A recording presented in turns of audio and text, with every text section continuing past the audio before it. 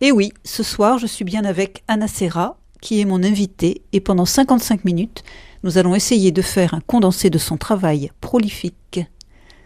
Bonsoir Anna. Bonsoir Béatrice.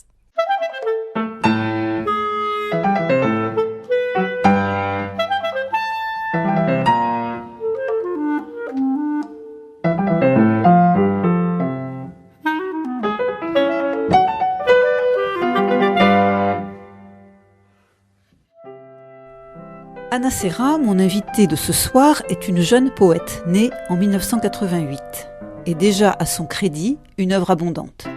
J'ai compté 8 livres, ce qui est fort impressionnant. 8 livres, sans compter les invitations nombreuses dans les festivals et autres événements poétiques.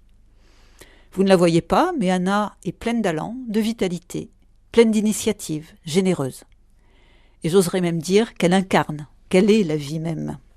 Vous l'entendrez, Anna a parfois une petite pointe d'accent, car elle nous vient du Languedoc catalan. Et avant de démarrer l'entretien, voici les annonces relatives aux activités de l'association Les Mots d'Azur. Retenez bien cette date, chers auditeurs. Le vendredi 13 décembre 2024 à 19h, le duo poétique Arcturus donnera à entendre ses textes au château de Moinsartou, dans le cadre des Vendredis au château organisés par l'association Les Mots d'Azur. Revenons à mon invitée, Anna Serra.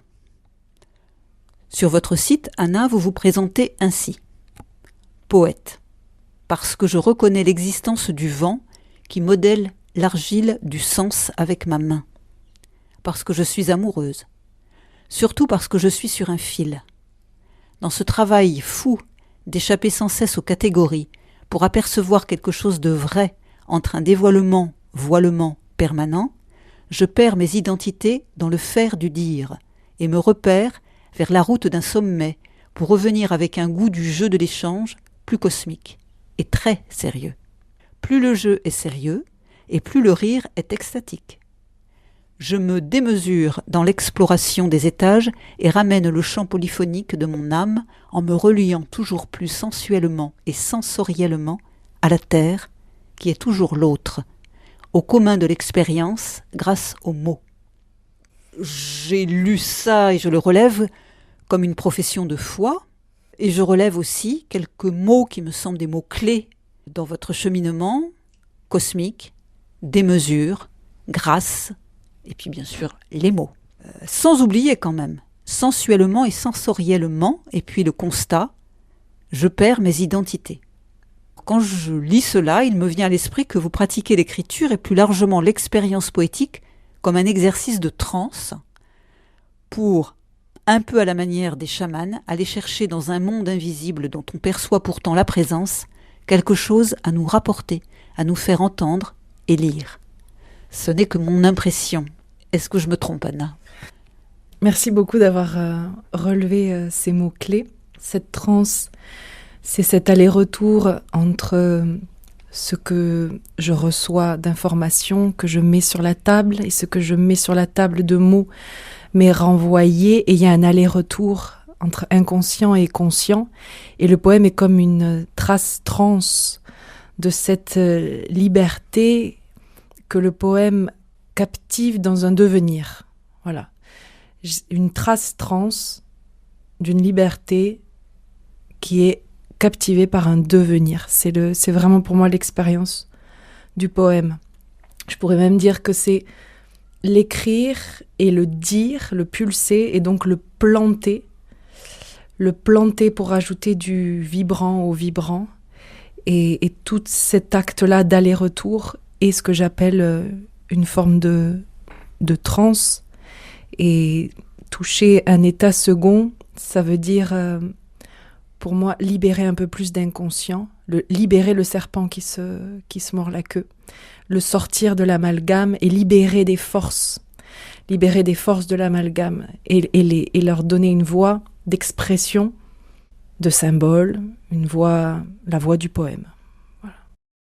Parmi les choses que j'ai relevées, vous dites aussi, Anna, la poésie replace son auteur et son lecteur à sa juste place dans le vivant. Alors pour moi, c'est une évidence, mais je trouve quand même cette affirmation très forte. et à double titre. Parce qu'aujourd'hui, qui se préoccupe de comprendre en profondeur ce qu'est le vivant ? Et c'est peut-être parce que justement, on ne veut pas le comprendre qu'on en est là où on en est aujourd'hui avec tous les problèmes que l'on connaît, écologiques et autres. Est-ce que vous pouvez développer un peu plus pour nos auditeurs ce rapport du poète, mais aussi de l'humain au vivant ?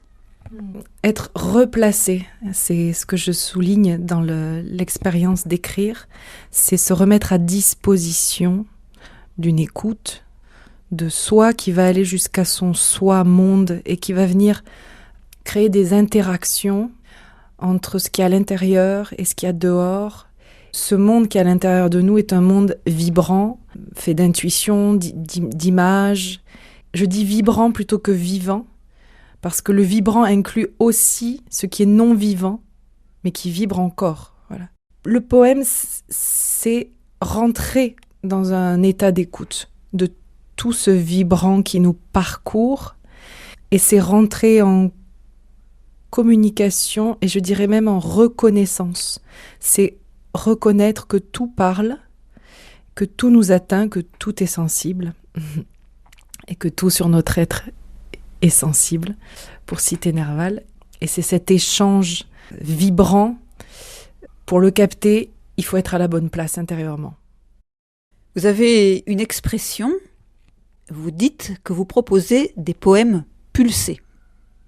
Pouvez-vous développer ou expliquer un petit peu ce que vous entendez ? Oui, volontiers. Pulser, si j'inverse les lettres, cela donne pleurs au pluriel. Et si j'en change une, ça fait puiser. Pulser, pleurs, puiser. On a là le rythme de la pulsation, le flux de l'émotion des pleurs et l'idée d'une source à laquelle puiser.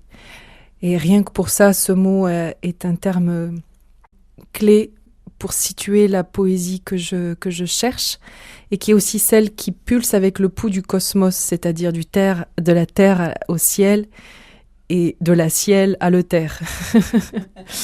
Et voilà, mettre son pouls disant le poème, pulsant le poème, dans le pouls de l'étendue. Essayer d'être dans cette conscience d'un cercle qui s'étend, voilà, jusqu'à pulser de la terre au ciel et du ciel à la terre. Et pulser, cela vient aussi de pulsar, donc ce qui reste d'une étoile quand elle s'est effondrée. C'est son cœur de neutron qui tourne très vite sur lui-même et émet des ondes radio. Et on a cru longtemps que c'était des ondes d'extraterrestres, jusque dans les années 70, jusqu'à ce qu'on réalise que c'était la survivance d'une étoile qui a explosé. Et donc cette idée de résurrection ou de survivance qui tourbillonne. Le tourbillon, c'est l'ivresse. Et elle est émettrice, cette ivresse. Elle émet une lumière qu'on appelle le métronome de l'espace et qui invite à lui donner notre parole. Voilà. Donc pulsar, pulser, puiser, pleurs. Pour tout ça, j'ai aimé proposer, comme de nombreux et nombreuses poètes, poétesses, un mot qui situe la poésie à un endroit, qui a déjà été situé par Poésie Action, Poésie Performance, mais c'est encore un autre endroit qui me permet de parler de l'étendue et qui me permet de parler du pouls, de l'oralité du texte. Alors, pouls, oralité, voix, corps, c'est une dimension aussi très importante dans votre travail. Pour illustrer cette pulsation, je vais vous demander de lire cet extrait de Notes poésie pulsée qui se trouve dans votre livre intitulé « Je suis amoureuse » qui est paru aux éditions Lanskin. Ce qui anime le poète pulsar, c'est la révolte d'être repoussé parce qu'inconsommable, d'être soumis aux dictates de la compréhension. C'est d'entendre des bouches qui utilisent les mots pour modeler les esprits. Tant de carences en spiritualité empêchent l'être, ou esprit collectif, de se rejoindre dans une même région, impossible à cartographier. Cette région où l'inconscience est infiniment absorbée par un souffle qui précède le langage, où l'ego est renversé. L'individualisme n'est pourtant pas l'ignorance du nous à réaliser, du nous comme le sentiment impersonnel qu'il faut trouver en soi, celui de l'amour.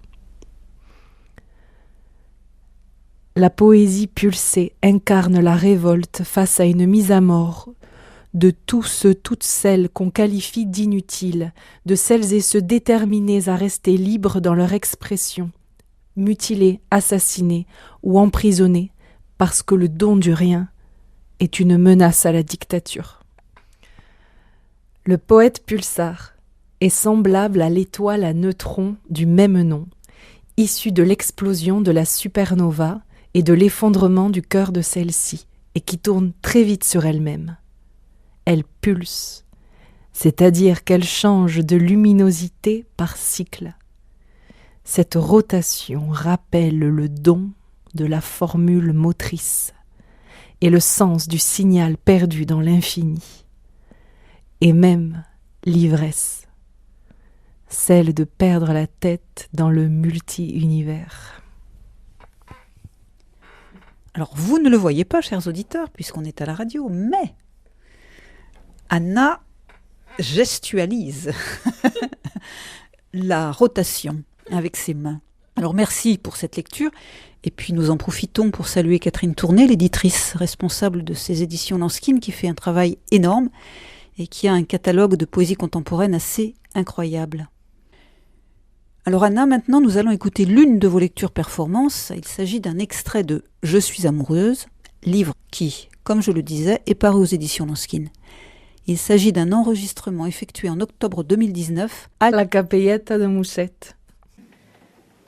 Je ne suis pas amour parce que je suis amour, parce que je ne suis pas amour parce que je suis amour, parce que je m'allonge de tout mon long dans l'humeur des pourtours, dans l'humeur des garrigues, dans l'humeur des cabanes, des bidons, des cartons, dans l'humeur des ergues, dans l'humeur des étangs, des pans. Je m'allonge dans l'humeur des bergeries d'artistes, dans l'humeur des clercs de place, dans la tumeur des strates de plastique. Je m'allonge dans l'exil des cœurs qui se sont barrés avec la nudité, parce que la fraîche roulade, loin des pâles îles de raison, parce que le radeau du rythme, parce que parfois, parce que une fois, j'aime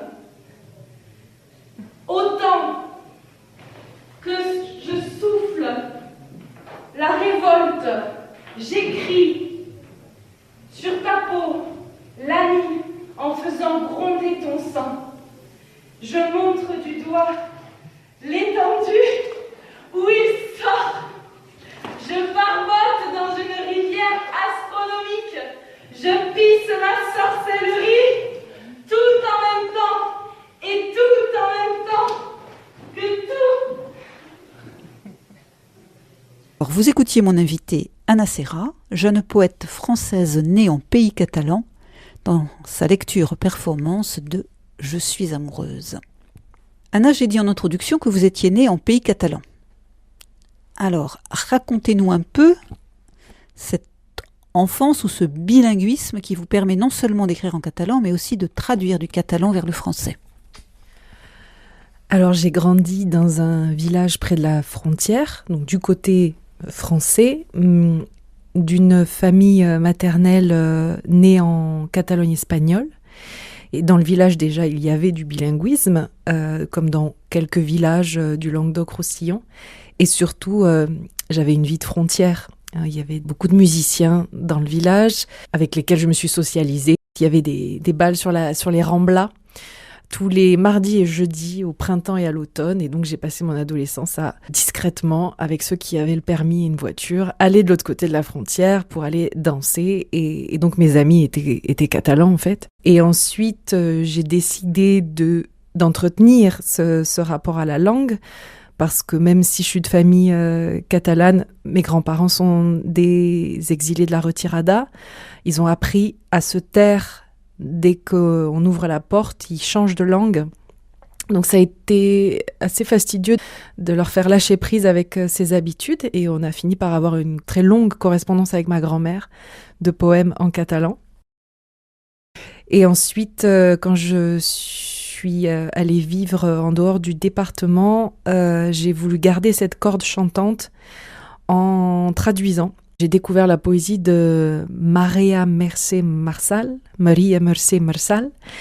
et j'ai traduit sa première œuvre. Elle avait 22 ans quand elle a écrit Cau de Llunes, Tanière de lune, et j'avais 22 ans quand je découvrais son œuvre. Elle était déjà décédée quand je l'ai rencontrée. Et ça a été une aventure que de traduire. Je traduisais déjà un peu de l'italien, des poèmes éparpillés, du catalan. Mais prendre en charge une œuvre, c'était la première fois. C'était une très belle aventure. Je suis retournée en Catalogne pour mener l'enquête un peu sur son catalan, parce qu'il faut savoir qu'il existe autant de catalans que de valais. Elle aime mettre des mots d'oralité dans ses textes.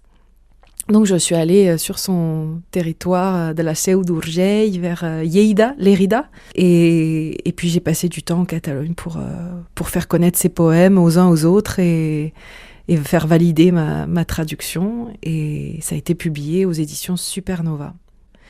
Et le catalan, j'ai oublié de le dire, je traduis aussi certains de mes recueils en catalan, et je prépare même un recueil pour les enfants de poésie en catalan. Alors moi j'aimerais qu'on en vienne au livre qui a pour titre « L'absolu de ma machine », lui aussi publié chez Lanskin. Dans ce livre, toutes les lettres O qui composent les mots sont en majuscules. Et là encore, comme un leitmotiv, il y a ce « surtout, surtout ». Pour moi, la manière dont j'ai lu et compris ce livre, il y a une tentative de faire la part des choses entre ce qui est impersonnel, mais qui contribue à la présence de notre être, et que vous voulez connaître, magnifier, et puis ce qui est de l'ordre de l'ego. Qu'est-ce que vous cherchiez dans ce livre, Anna ? Je crois que ce livre fait partie des livres manifestes, de ces poèmes manifestes que j'ai tendance à écrire, qui sont comme des crises de conscience qui se manifestent dans un poème, comme la fin d'un cycle qui veut se connaître à travers le poème. Et l'absolu de ma machine fait partie de ces interrogations qui ont mûri sur les pouvoirs de la parole, pouvoir alchimique de la parole, les symboles, et aussi cette force, comme vous dites, impersonnelle, qui vient désencombrer l'être et empêcher la rencontre. Et je pense que ce texte parle tout entier de ça. Et quand je dis la rencontre, c'est la rencontre pas seulement avec l'autre ou le sexe opposé. Je parle de la rencontre avec soi et avec tout le vibrant dont on a parlé. Et c'est aussi replacer une sorte de grande histoire aussi de la création, où je m'amuse en fait, je m'amuse sérieusement à ressentir la création de l'univers comme une blessure qui fabrique de l'image. Et je m'interroge sur cette image qui, pour moi, elle est trop facile d'en faire juste une illusion et toute la vérité est dans un arrière-monde.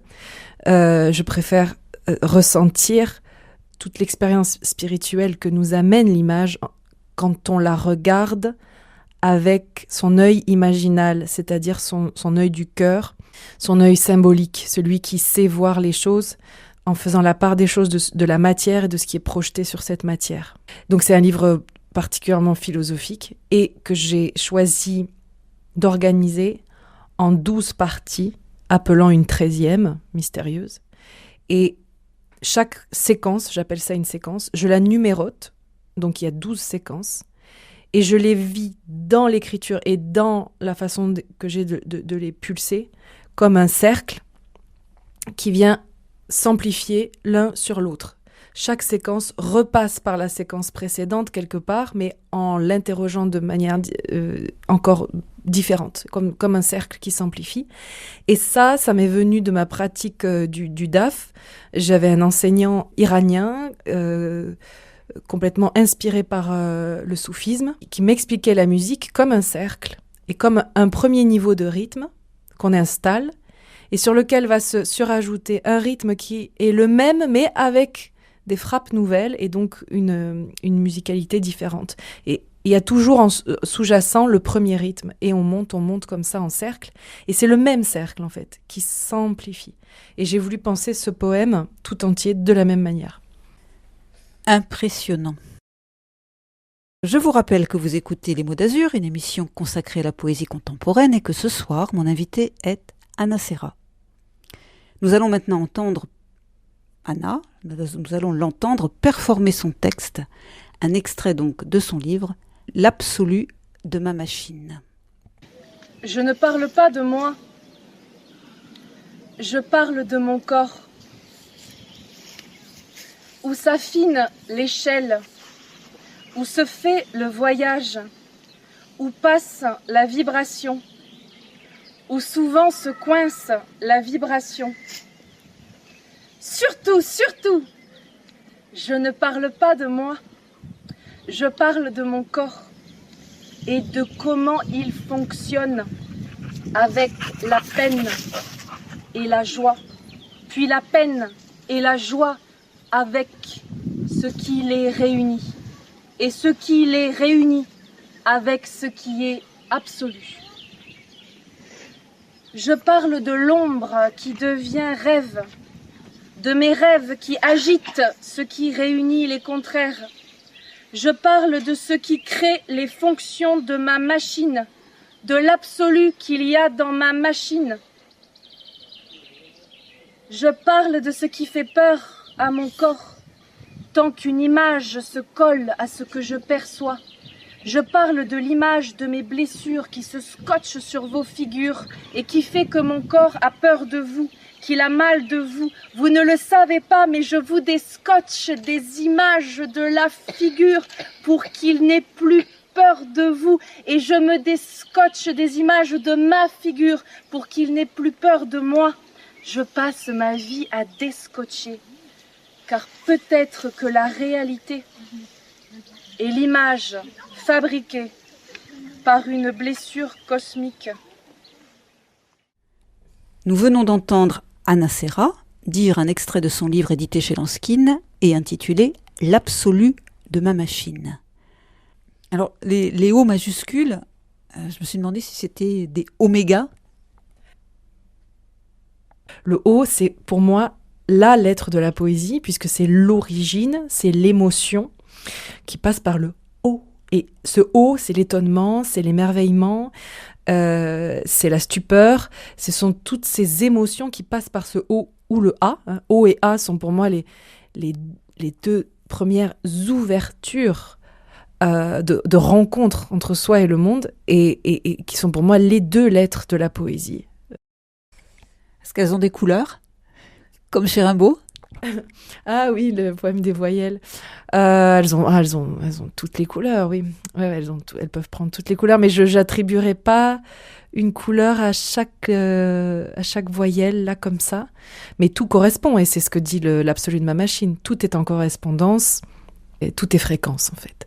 Donc, les couleurs, les sons, les différents niveaux de matière, tout correspond, tout est une vitesse de lumière. Une longueur d'onde, donc. Avec les deux extraits que vous avez entendus, chers auditeurs, vous avez certainement noté qu'Anna Serra, mon invitée de ce soir, procède assez souvent par répétition. Elle martèle. Elle avance logiquement, méthodiquement, à la fois par addition et par soustraction, ce qui provoque un effet d'accumulation. Moi, ce qui m'intéresse, Anna, c'est comment avez-vous abouti à ce style qui est le vôtre ? Est-ce dû à un rythme interne, biologique, propre à votre respiration et au développement de vos pensées ressenties ? Est-ce quelque chose qui s'impose à vous, ou bien est-ce quelque chose que vous peaufinez après plusieurs stades de maturation du texte ? Merci pour cette question encore. Ces répétitions et ce martèlement appartiennent particulièrement au texte que j'appelais tout à l'heure poème manifeste. C'est quand tout d'un coup quelque chose a été maturé, une forme de conscience qui veut sa manifestation par le poème, qui révèle le cycle de maturation. Et ce martèlement, il vient parce que je vais dans l'expérience du poème. J'y vais, je m'arrête pas. Et d'avoir un leitmotiv, c'est-à-dire un motif comme ça qui va revenir souvent, me permet mon arborescence. C'est-à-dire je reviens au tronc et je pars. Je reviens au tronc et je pars. Je reviens au tronc et je pars. Et c'est comme avancer en faisant l'arbre. Et ça permet en plus une circularité. En revenant à une répétition, on crée un cercle. Voilà. Et j'ai à cœur la géométrie dans le poème. Il y a des formes de lignes qui se tracent si on est attentif en plaçant les mots dans un certain ordre. Et la répétition, en tout cas, permet le cercle. Et ce que j'adore, la répétition-variation. Quand quelque chose se répète, mais va varier légèrement. Et ce qui crée une attention, une captation avec le lecteur ou la lectrice. Quand j'avance comme ça en improvisation, comme tout d'un coup la conscience veut la manifestation de la fin d'un de ses cycles, j'ai besoin de cette répétition. Elle est organique. Elle est organique et je pense qu'elle correspond aussi, parce que quelque part je le pulse déjà très fort en moi au moment où je vais dans l'expérience du poème, ça correspond à cette idée que pour moi, je plante toujours un poème. C'est-à-dire que pulser un poème, c'est aussi le planter. Et ce martèlement, qui est le retour au tronc, me permet de creuser, d'enfoncer, en enfonçant évidemment, de croître, et d'être dans cette sensation de planter. Voilà. La répétition, c'est aussi ça, pour moi. Et donc, si on plante et qu'il y a un tronc, on est quand même aussi dans la dimension du vertical. Oui, du vertical et l'enracinement qui trace. On dit que les racines peuvent être traçantes ou pivotantes. Et là, quelque part, dans mon poème, elles sont les deux. Enfin, j'aime creuser la pensée, j'aime l'élever, j'aime les niveaux de profondeur. Et en même temps, il y a cette horizontalité de l'arbre qui fait ombre sur les corps qui se reposent, ou qui vient nourrir ceux qui ont faim. Et donc, on est dans la croix. Et c'est un symbole qui est hyper important pour moi dans chaque poème. Cette croix, c'est vraiment l'ouverture du cœur déjà, et c'est aller faire l'arbre en fait. Et je crois vraiment, en tout cas pour moi, que j'apprends tous les jours à faire l'arbre en fait. Eh bien, vous avez raison, on a besoin d'oxygène, Anna. La tradition veut que dans cette émission, mon invité choisisse une musique ou une chanson afin de la faire entendre aux auditeurs, partager quelque chose qui a une signification pour vous, qui vous accompagne pendant l'écriture, par exemple. Quel serait votre choix, Anna, et pourquoi ? J'ai plein de choses qui se bousculent. Alors, il y a Ariane Savall, qui est une chanteuse-compositrice catalane. Pourquoi ce choix ? Parce que là, c'est dernièrement ce que j'écoutais. J'écoute des choses très, très différentes, mais j'aime bien plonger dans les chants traditionnels. Pas seulement, du tout, mais là, c'est ce qui me vient. C'est ma langue maternelle qui chante. C'est ce timbre de voix plein de lumière. Oui, ça me ramène tous les paysages de l'enfance et cette force particulière que j'ai trouvée en Catalogne aussi. Une façon d'habiter qui est de penser le collectif, de se défendre dans sa particularité. Cette langue me donne beaucoup de force. Et de l'entendre chanter par Ariane Savall, ça me renvoie à la douceur d'une force qui brille depuis longtemps. Je ne suis pas du tout dans un nationalisme ou quoi que ce soit. Je reconnais juste un endroit qui brille d'une certaine manière, qui défend une langue dans son insaisissable. Nous allons donc écouter la chanson de Ariane Savall, A quest camitan fi.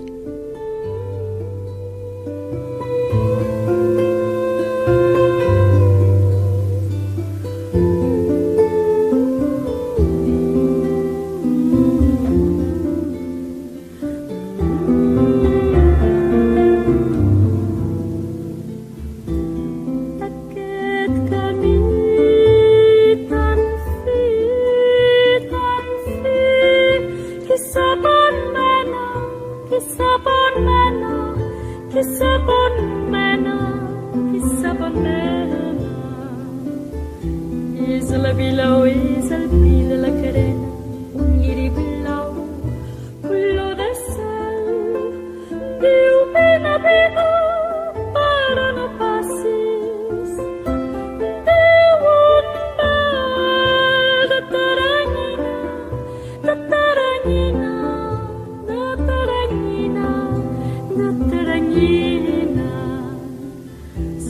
drecera del gosar, rossa l'ingrata, o bé un camí d'enamorat colgat a mata.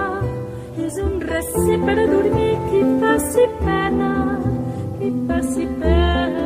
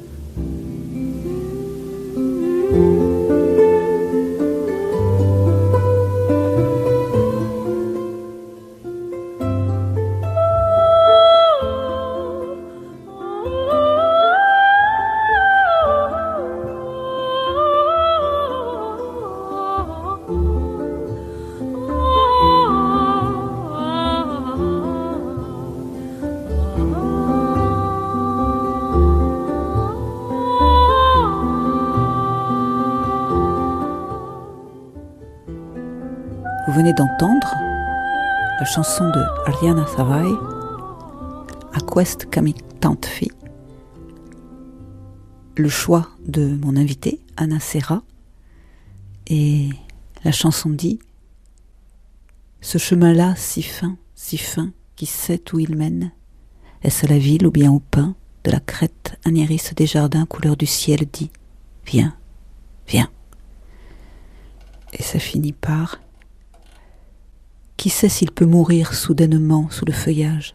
Qui saura un jour ce chemin-là, à quoi il me convie? Et c'est un chemin incertain, chaque chemin, il en est chaque vie. » Voilà, Arianna Savai, une vraie découverte pour nos auditeurs, j'en suis certaine. Merci Anna. Alors il me semble que pour aborder les thèmes comme vous les abordez, un minimum de lecture philosophique, à caractère spirituel aussi, sont éclairantes. Alors d'où cette autre question relative à la cuisine de l'écriture.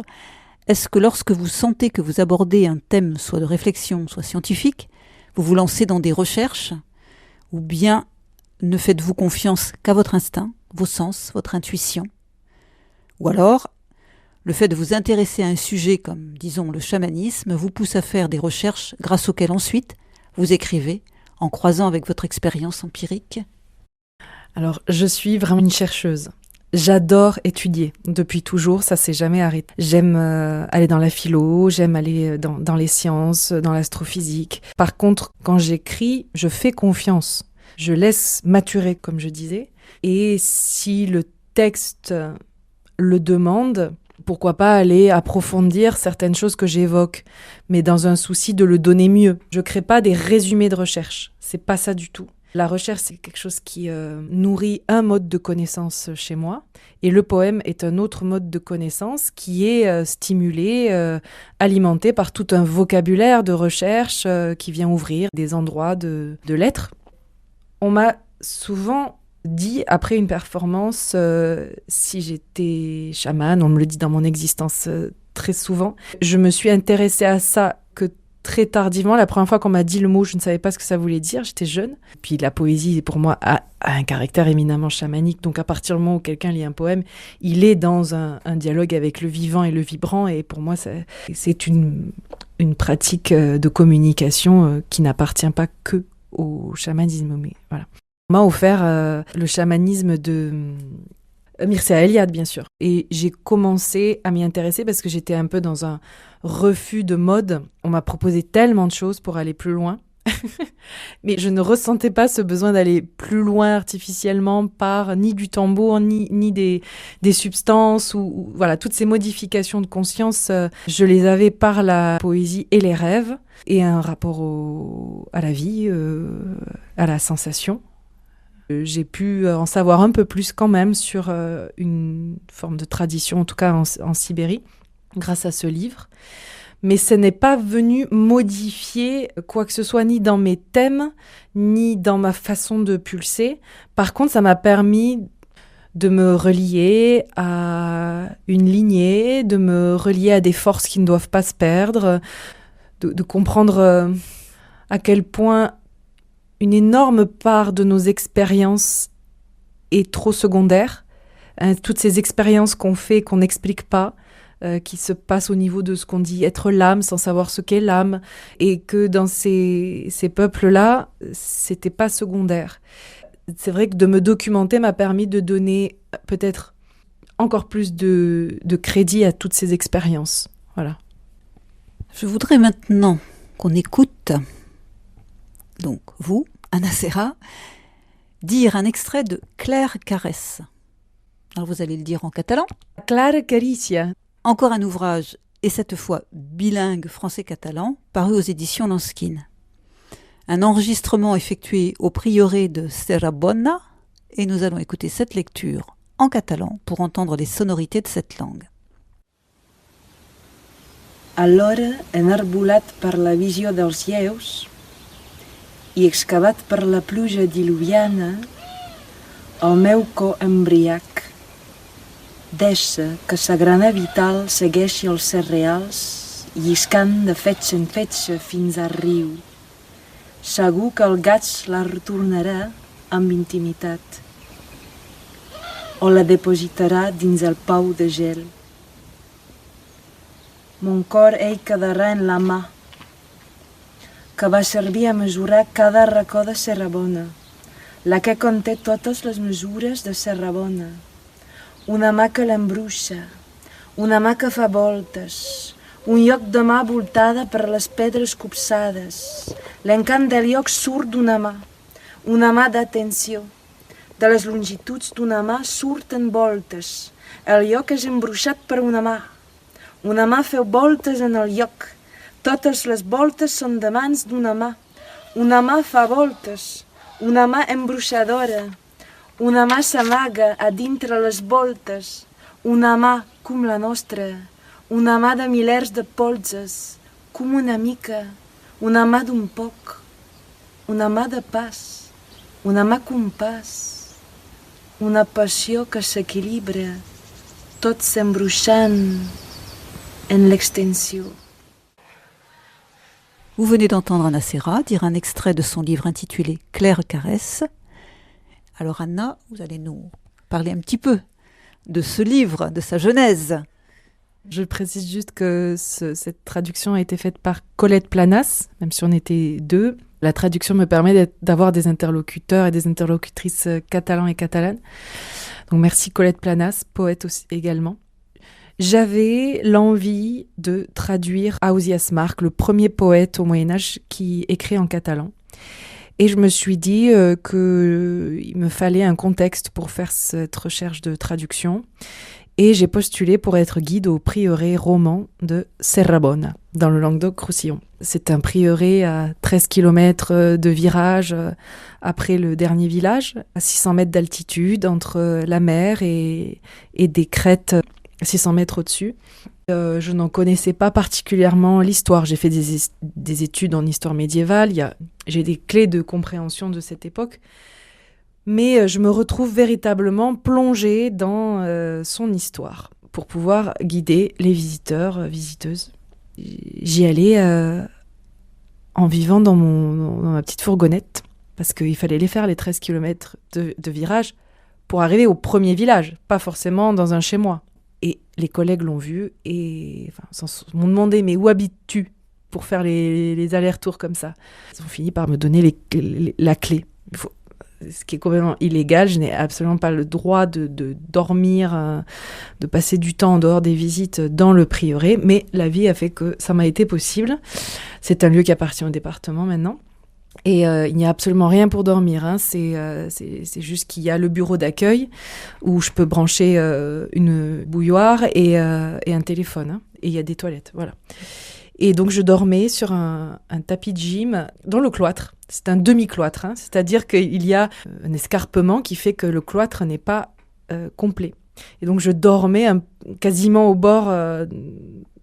Oui, on appelle ça un précipice. C'est un éperon rocheux, quoi. Avec les chauves-souris qui me passaient dessus et qui donnaient l'impression que quelqu'un marchait dans le prieuré, parce que comme elles font bouger la poussière des plafonds, ça fait comme des pas. C'est très impressionnant, j'ai adoré. Et puis j'ai exploré les sculptures romanes à la bougie. Et là, on rencontre complètement différemment cet art. On voit d'abord une aile, un pied, une main, un visage. Ça nous donne tout le rythme de la rencontre. J'ai vraiment passé beaucoup de temps avec les lions ailés, les griffons, la grenouille couronnée, le cerf transpercé d'une flèche, le petit personnage qui serait une sorte de Gilgamesh ou de héros oriental, le pendu, le singe qui semble accoucher de la tête d'un homme ou écraser la tête d'un homme, les fleurs, toutes sortes de fleurs qui rayonnent, qui spiralent. Et j'ai même découvert des choses. Et je me suis régalée à retranscrire la voix de tous ces personnages à travers une petite pièce de théâtre qui est à la fin du recueil et qui s'appelle « Les voix du bain » et qui fait dialoguer le visiteur avec l'aigle, les lions qui se mangent, les lions qui s'embrassent. Et j'ai essayé de faire parler cette forêt de symboles et à lui donner... un sens à la fois de quête, d'humour et de rencontre avec tout ce qui est à l'intérieur de nous. Tout ce bestiaire est vraiment une cosmogodine de notre intériorité. L'extériorisant permet de la réintégrer. Et j'ai vraiment appris ce qu'était la géométrie sacrée. J'ai fait des liens avec la Mésopotamie, avec même des arts encore plus anciens. On appelle ça les lions affrontés, qui se font dos à dos. Ça viendrait d'encore plus loin que l'époque sumérienne. Donc j'ai vraiment voyagé. En plus, tous les matins, j'étais réveillée par le vent, la lumière, et j'allais dire bonjour aux vautours. Je redescendais, j'accueillais les gens, je faisais la visite. Je terminais toujours avec un poème, et j'ai fini par en mettre beaucoup des poèmes. Je glanais un peu de René Char, un peu d'Artaud qui était à propos. Puis des fois, je faisais des liens avec mes rêves du soir. C'était une aventure qui me marquera à vie d'avoir été suspendue entre terre et ciel et d'avoir dormi sur le schiste. Ouais. En tout cas, je pense que les gens qui faisaient la visite avec vous ont certainement pensé que vous n'étiez pas un guide tout à fait ordinaire. J'ai eu un surnom qui était la chanoinesse de la jubilation. Parce que c'était un lieu qui accueillait des chanoinesses de Saint-Augustin. Et les gens ramenaient leurs amis et ils m'appelaient la chanoinesse de la jubilation parce que j'étais particulièrement heureuse. Je pense qu'on est sur un flux d'énergie, de magnétisme très fort. À un moment donné, là, je pense qu'il fallait même que je me calme. Il y avait un enthousiasme merveilleux où je pouvais raconter l'histoire et être en poésie. Et l'histoire donnait de la force et de la compréhension à la poésie. Et donc il y avait une sorte de complétude là, qui était juste merveilleuse. Je voudrais qu'on parle de votre dernier livre, Danse-combat. On y retrouve les préoccupations du sensoriel, du spirituel, du vivant, de l'humain. Dans ce recueil, vous posez des choses fortes qui peuvent paraître énigmatiques aussi. Des affirmations comme « J'abandonne le caméléon de ma langue à notre esclavage ». « J'abandonne ma langue au grand combat pour qu'il soit le grand secret ». Ce sont des formules quasi oraculaires. J'ai aussi retenu ceci qui, je crois, résume bien votre démarche. Je ne suis pas contre la violence. Je dirais même que je l'aime, mais je l'aime d'en haut. Je ne l'aime pas avec mon corps, je l'aime avec l'esprit de ma langue qui le contient. Et vous poursuivez. La violence, je la reçois en plein corps, mais je l'aime d'en haut avec le sommet de ma langue, avec la danse de ma langue. L'ascension vers la cime est une ronde. Alors Anna, je me suis demandé si ce livre n'était pas finalement l'aboutissement de votre cheminement en poésie jusqu'à aujourd'hui. Oh, alors je précise juste qu'il est publié aux éditions Supernova. L'aboutissement, alors je me dis toujours que je n'ai pas commencé d'écrire, parce qu'à chaque fois, chaque texte me fait me déplacer intérieurement. C'est un voyage pour moi d'abord, donc il va plus loin, j'espère. Après, est-ce que c'est l'aboutissement ? C'est vrai que je rassemble beaucoup de choses que j'ai expérimentées à travers plusieurs recueils. C'est vrai que j'y ose une langue lunaire et les pouvoirs d'opacité de la langue parlent à l'inconscient. C'est vrai que j'y rassemble mon goût des numéros, puisque je numérote chaque poème comme une séquence qui correspond aux phases de la lune. C'est vrai que je pousse plus loin l'idée d'un poème rituel. En tout cas, j'y ose plus de choses. J'y ose plus de choses parce que je partage beaucoup plus ce qui m'habite, la question des cycles, la question du vivant et comment on appartient à ce mouvement du vivant, puisque je parle du cycle lunaire, mais aussi des menstruations. J'y parle de cette façon d'entreprendre une voie vers la paix, qui passe par l'acceptation de son potentiel de violence, qui correspond à un potentiel de désir. Et je suis peut-être, oui, allée plus loin dans le partage de mon lieu d'interrogation. Oui. On va donc écouter un extrait de ce texte. Il s'agit d'un enregistrement effectué à Bagnolet le 10 septembre 2023 pour le festival Poetic Waves. La violence, je la reçois en plein corps. Mais je l'aime d'en haut, avec le sommet de ma langue, avec la danse de ma langue. L'ascension vers sa cime est une ronde sacrifiant des sensations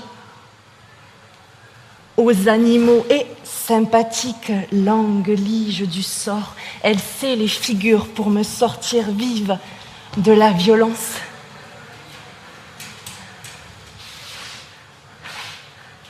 Ma langue est une danse-combat.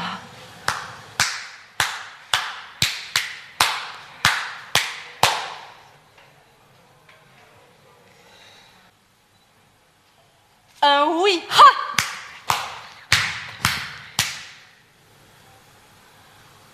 Qui remonte l'orme des pampres de la langue, qui parcourt son esprit et s'accroche au baiser de l'obscurité se contemplant et de la clarté s'oubliant.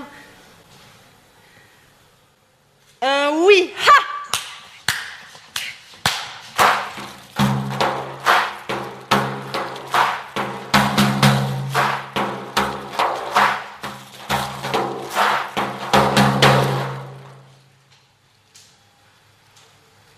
Les forces guerrières de la sagesse viennent à la lutte que s'il y a l'éclat de poignard dans les levées héliaques du baudrier du barde miraculé. Tous les cris s'échappant en cambrure de cygnes, leur halo dans tous les lacs lâchés dans la lisse, les axiomes alliés déterrés par le romarin, la sauge fumant dans la faune du fracas des vies rattrapées par un brin à brandir, jusqu'à la prononciation dérobée et le relâcher de crypte dans le cathédrale du bas-ventre choral au réveil de l'eau en l'air par la langue focale. Vienne la paix, la base active du combat, tout le combat et l'évasement de la paix, l'eau frôlée. Vous venez d'entendre Anna Serra qui disait un texte extrait de son livre intitulé « Dans ce combat » et voici la présentation de ce livre paru en 2023. Anna Serra explore la totalité de son être par l'écriture, se transfigure, approfondit la sensualité du corps-univers, laissant émerger des questions. Le poème Danse-combat est né d'une lutte à tout niveau. Le corps et sa maladie, le corps et son milieu, le corps au milieu des corps en lutte et le corps repoussant son propre enfermement. Le texte accueille les questions de la poète sur la violence, la refuser, lui obéir, la refouler, la transfigurer. Danse-combat est arrivé comme une main vitale pour clarifier l'être. Le poème répond par la danse relancée, nouvelle sous chaque lune, et marquée par le mythe du démembrement avant l'arrivée de l'éclat. C'est l'histoire d'Osiris, d'Orphée ou du Christ, et l'allusion au récit initiatique de descente aux enfers. Où peut se trouver la perte, qui arrive en filigrane de cette danse du verbe sanguin qui se donne à la nature, à son secret de régénération. Inspiré de la pratique des danses guerrières présentes dans la plupart des sociétés humaines, le texte a permis à Anna Serra de creuser cette sagesse propre aux arts du combat. Verbe vital pour faire circuler l'énergie de la révolte, faire circuler par la danse-combat du verbe, révolte aux côtés des combats partout dans le monde, s'affirmant dans sa propre maison. Ce poème est l'expérience d'un entrelac aux forces de la nature. Il en fait ressentir la violence comme inhérente au désir qui enracine et fait de celle-ci un cadeau par la maîtrise magique du cri lunaire. Anna Serra n'a pas fait le choix de la poésie et sa vie lui ressemble tant, son œuvre, elle, sa vie. Alors, est-ce que c'est vous qui avez écrit ce commentaire ou c'est l'éditrice, l'éditeur ? Et comment vous réagissez à cette description, en quelque sorte ? Alors, j'ai participé à l'écriture de cette présentation grâce à un dialogue avec l'éditrice, puisqu'on a vraiment lu ce texte à voix haute toutes les deux. Ça nous a permis de discuter et de faire émerger des présentations de ce texte. Par contre, c'est bien elle qui a rajouté Anna Serra n'a pas fait le choix de la poésie et sa vie lui ressemble tant son œuvre et sa vie. Ça, c'est tout à fait Stéphanie Boubli qui a un regard vraiment au plus près de mon aventure de poète. Quand j'ai vu cet ajout, oui, j'ai été touchée parce que ça fait du bien d'être vu, en fait, à son endroit, et de pas aller le signaler, et de laisser les choses s'incarner et vibrer et rayonner, et de voir que ça passe, que voilà, ça passe. Et je pense que la poésie, pour moi, c'est vraiment une façon de faire des choix, en fait. Donc, c'est la vie. Voilà. Merci beaucoup. Je crois qu'on arrive maintenant à la fin de cette émission. Donc, vous remercier vraiment chaleureusement de m'avoir accordé cet entretien. Je suis certaine que les auditeurs auront apprécié votre générosité. Vous ne le voyez pas, mais Anna est une personne rayonnante, solaire. Je ne vais pas me priver néanmoins de vous laisser le dernier mot, Anna. Mon ambition, c'est de te dire qu'on ne sait pas. Mon ambition, c'est de te passionner en te disant tout ce que je ne sais pas. Mon ambition, c'est de soutenir. C'est d'être le soutien même. Je soutiens ma joie. Ma joie est un fondement. Eh bien, comme le dit si bien Anna Serra, que la joie soit votre fondement, chers auditeurs. C'était Les Mots d'Azur, une émission réalisée par Béatrice Maché. Je vous retrouve le mois prochain avec un nouvel invité pour une exploration toujours plus en profondeur du paysage de la poésie contemporaine francophone. Et d'ici là, portez-vous bien. À bientôt, chers auditeurs. Au revoir.